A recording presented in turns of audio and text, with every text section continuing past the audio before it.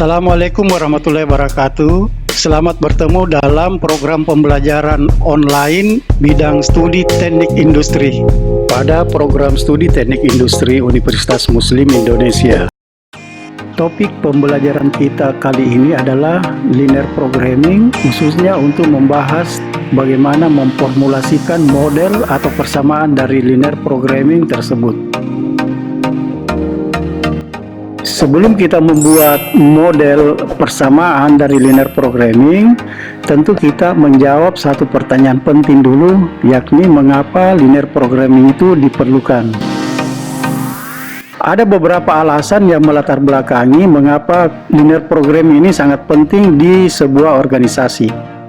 Yang pertama, bahwa semua organisasi itu harus membuat keputusan, yakni tentang bagaimana mengalokasikan sumber daya yang dimilikinya, sebab tidak ada organisasi satupun yang beroperasi secara permanen dengan memiliki sumber daya yang tidak terbatas. Artinya bahwa setiap organisasi itu sumber dayanya itu selalu terbatas. Oleh karena itu diperlukanlah suatu keputusan yang bisa mengalokasikan keterbatasan sumber daya yang dimilikinya tersebut. Akibatnya, manajemen harus secara terus-menerus mengalokasikan sumber daya yang terbatas tadi untuk mencapai tujuan organisasi. Dalam hal ini bagaimanapun caranya. Yang ketiga, tiap organisasi mencoba untuk mencapai tujuan tertentu. Dalam hal ini adalah tingkat hasil atau pendapatan maksimum dengan biaya minimum sesuai dengan batasan sumber daya yang dimilikinya. Selanjutnya, kita mencoba mengenal linear programming itu seperti apa bentuknya. Linear programming merupakan teknik matematis untuk mendapatkan alternatif penggunaan terbaik atas sumber daya organisasi. Kata sifat linear digunakan di dalam linear programming tersebut untuk menggambarkan hubungan antar dua atau lebih variabel, baik hubungan yang langsung dan persis secara proporsional. Adapun ciri khusus penggunaan metode matematis dalam linear programming ini, yakni untuk berusaha mendapatkan nilai maksimum atau memaksimalkan atau maksimisasi, ataukah mencari nilai minimum atau minimisasi dari keterbatasan berbagai sumber daya yang dimiliki atau yang tersedia di perusahaan, baik sumber daya manusia, uang, bahan baku, dan lain-lain. Adapun tujuan keputusan untuk memaksimalkan apabila tujuan keputusannya berbentuk keuntungan, dan tujuan keputusannya diminimalkan apabila tujuan keputusannya berbentuk biaya. Untuk mengembangkan formulasi dan persamaan model matematis dari linear programming, maka ada beberapa tahapan proses dan asumsi-asumsi yang perlu dilibatkan dalam pembuatan model tersebut. Pertama, kita lihat dulu syarat-syarat utama persoalan program linear ini. Yang pertama, perusahaan atau organisasi harus mempunyai tujuan untuk dicapai. Adapun tujuan utama perusahaan diasumsikan untuk memaksimumkan keuntungan. Keuntungan di sini tidak berhubungan langsung dengan volume penjualan, tapi lebih dimaknai sebagai total kontribusi terhadap keuntungan perusahaan. Yang kedua, harus ada alternatif tindakan di mana salah satunya akan mencapai tujuan. Yang ketiga, sumber daya harus merupakan persediaan yang bersifat terbatas. Lalu syarat yang keempat, kita harus dapat menyatakan tujuan perusahaan dan keterbatasannya sebagai bentuk kesamaan atau sama dengan, ataukah dalam bentuk ketidaksamaan secara matematik. Dalam hal ini bisa berbentuk lebih kecil sama dengan atau berbentuk lebih besar sama dengan, dan harus ada kesamaan atau ketidaksamaan linear. Jadi 4 ini merupakan syarat utama suatu persoalan bisa dipandang sebagai masalah yang bersifat program linear.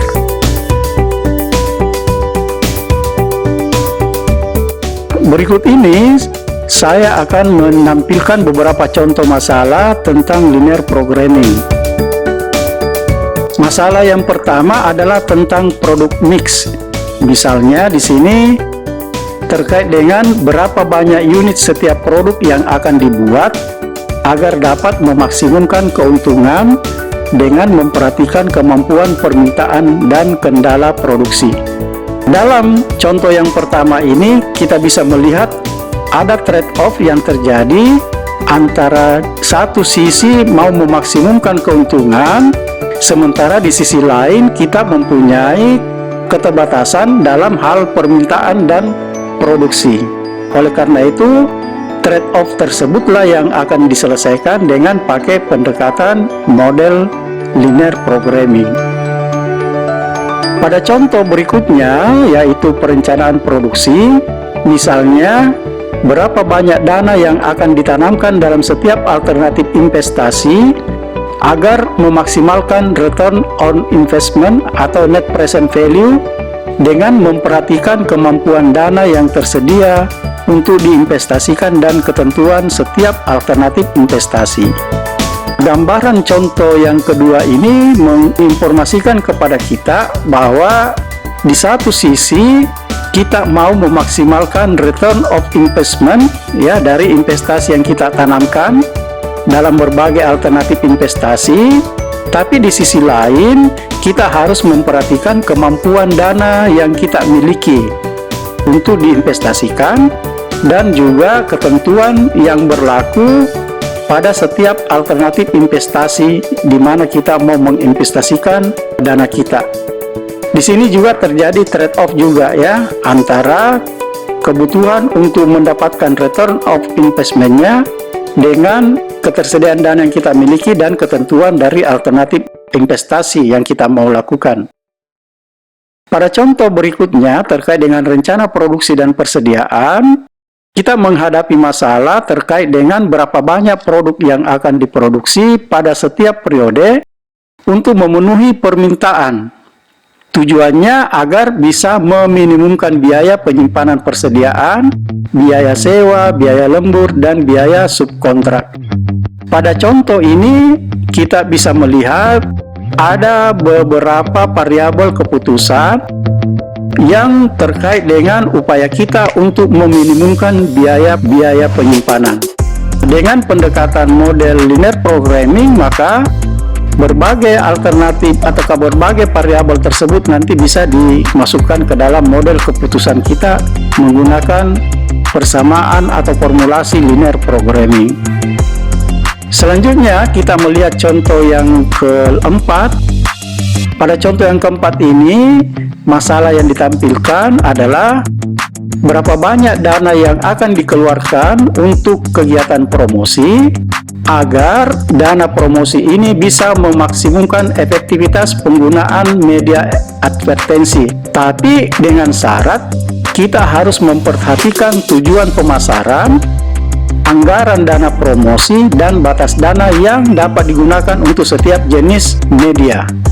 Masalah seperti ini juga masuk kategori masalah yang bisa diselesaikan dengan pendekatan model-model linear programming.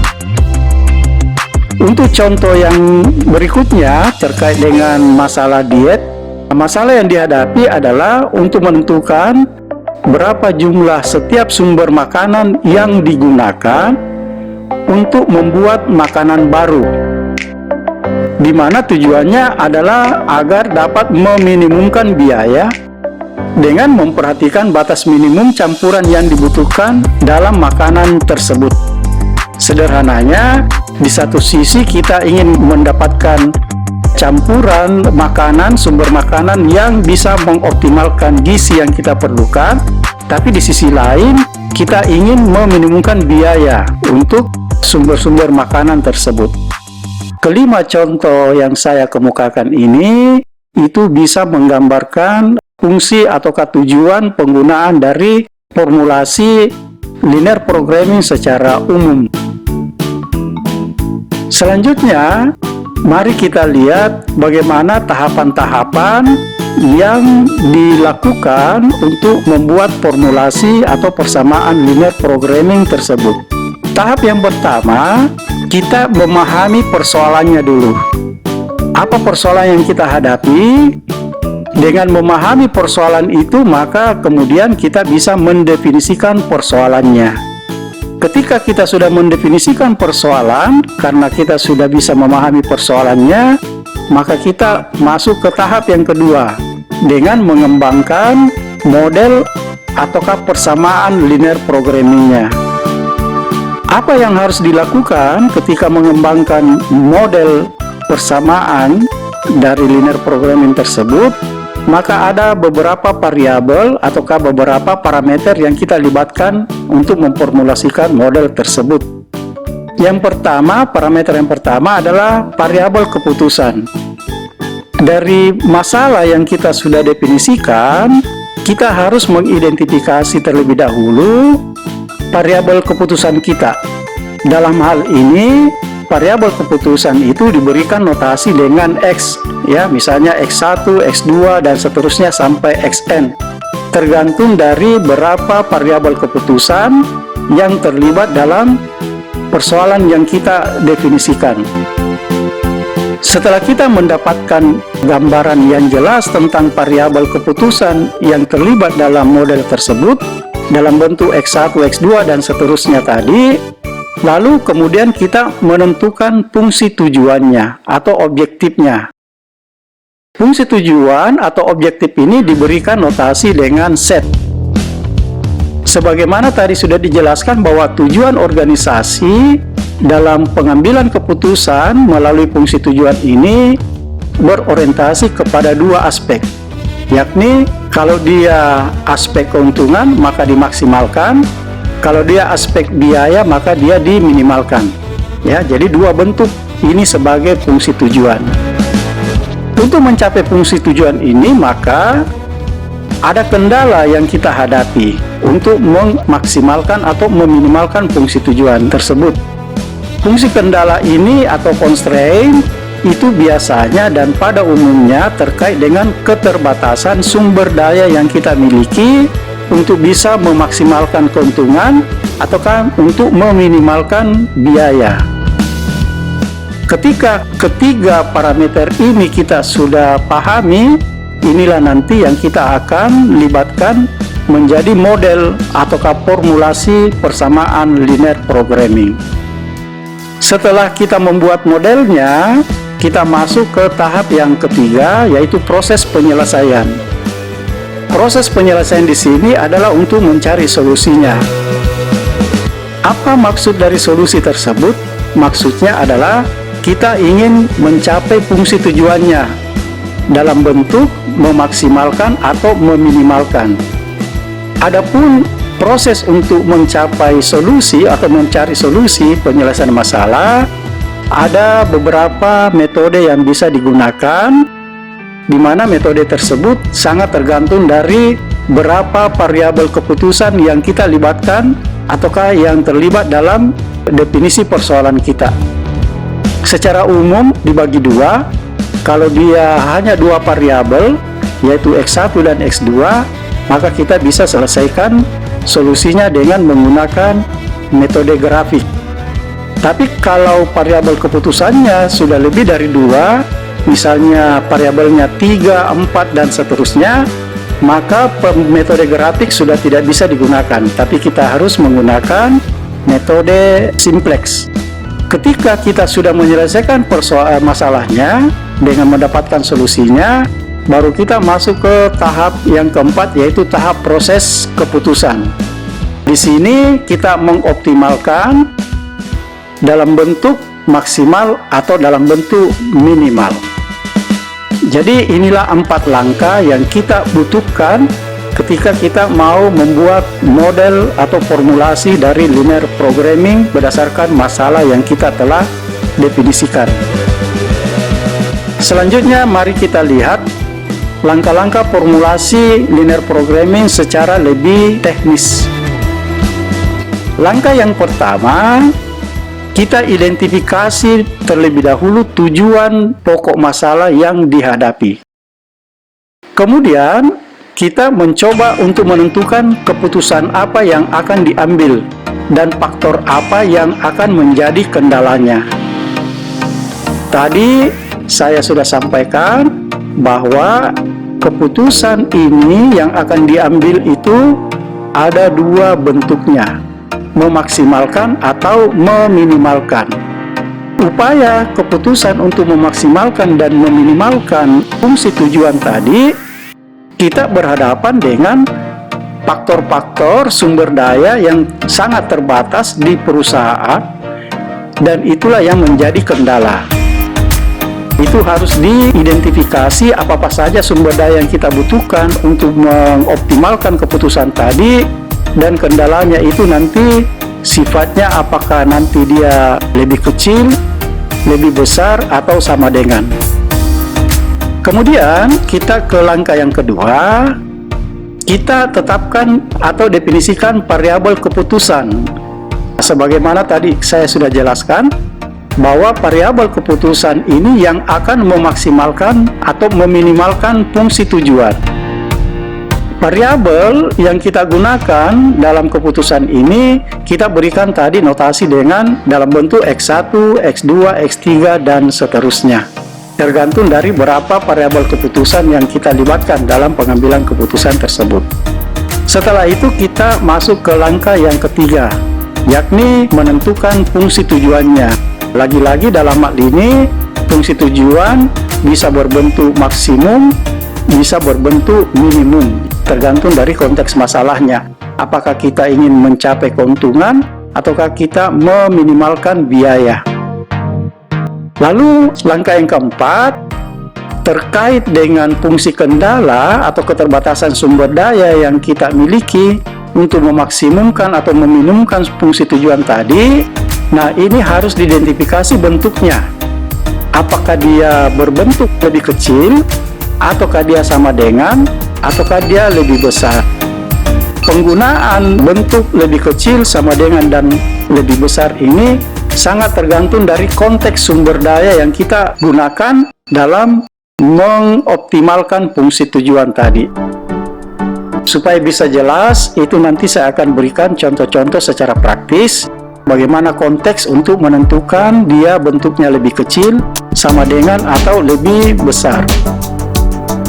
Berdasarkan langkah-langkah yang saya sudah jelaskan tadi, maka sekarang mari kita melihat bentuk umum dari formulasi atau model matematis linear programming.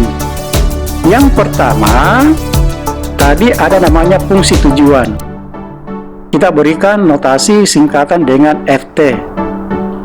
Fungsi tujuan tadi notasinya menggunakan set, di mana setnya tadi ini fungsi tujuannya ada dua bentuk optimasinya, yaitu memaksimalkan kalau dia keuntungan, ataukah kita minimalkan kalau dia biaya. Fungsi tujuan memaksimalkan atau meminimalkan itu sangat tergantung dari variabel keputusan, yaitu X1. X1 inilah nanti yang akan menentukan berapa set max-nya atau berapa set min-nya begitu. Selain ada X1, ada X2 juga, dan ada X3, dan seterusnya sampai Xn. Seperti yang saya sudah jelaskan sebelumnya, bahwa berapa banyak variabel keputusan yang kita libatkan dalam model itu sangat tergantung dari konteks masalah yang kita akan selesaikan. Setelah kita sudah mengenali fungsi tujuan, maka parameter berikutnya adalah fungsi kendala atau constraint. Fungsi kendala ini terkait dengan keterbatasan sumber daya yang kita miliki untuk memaksimalkan fungsi tujuan ini, di mana fungsi tujuan ini tadi tercapai berdasarkan variabel X1, X2, X3, dan seterusnya yang kita sebut sebagai variabel keputusan.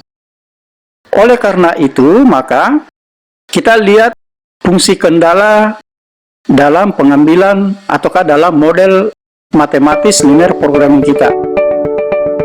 Fungsi kendala yang pertama misalnya adalah X1 ditambah dengan X2 ditambah dengan X3 dan seterusnya sampai xn. Ini tandanya bisa lebih kecil, atau dia sama dengan, atau dia lebih besar dari sumber daya yang tersedia. Dalam hal ini adalah sumber daya 1. Untuk sumber daya 1 ini membentuk fungsi kendala seperti ini, maka ini kita sebut sebagai fungsi kendala yang pertama. Berikutnya, kita ke sumber daya yang kedua. Tentunya dengan batasan-batasan yang tersedia yang ditunjukkan melalui variabel keputusan X1, X2, X3, juga sampai Xn. Tandanya juga bisa berupa lebih kecil, atau sama dengan, atau lebih besar. Lagi-lagi sangat tergantung dari konteks masalah sumber daya yang kita mau gunakan, yang kita butuhkan dalam model persamaan matematis kita.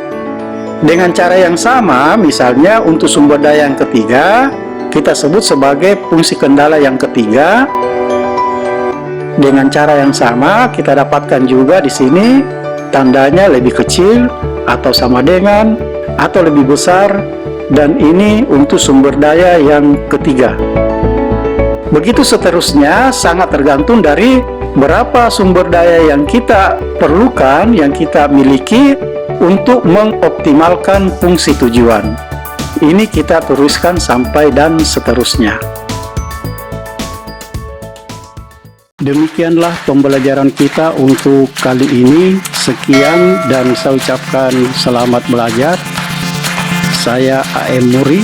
Sampai jumpa pada topik pembelajaran selanjutnya. Assalamualaikum warahmatullahi wabarakatuh.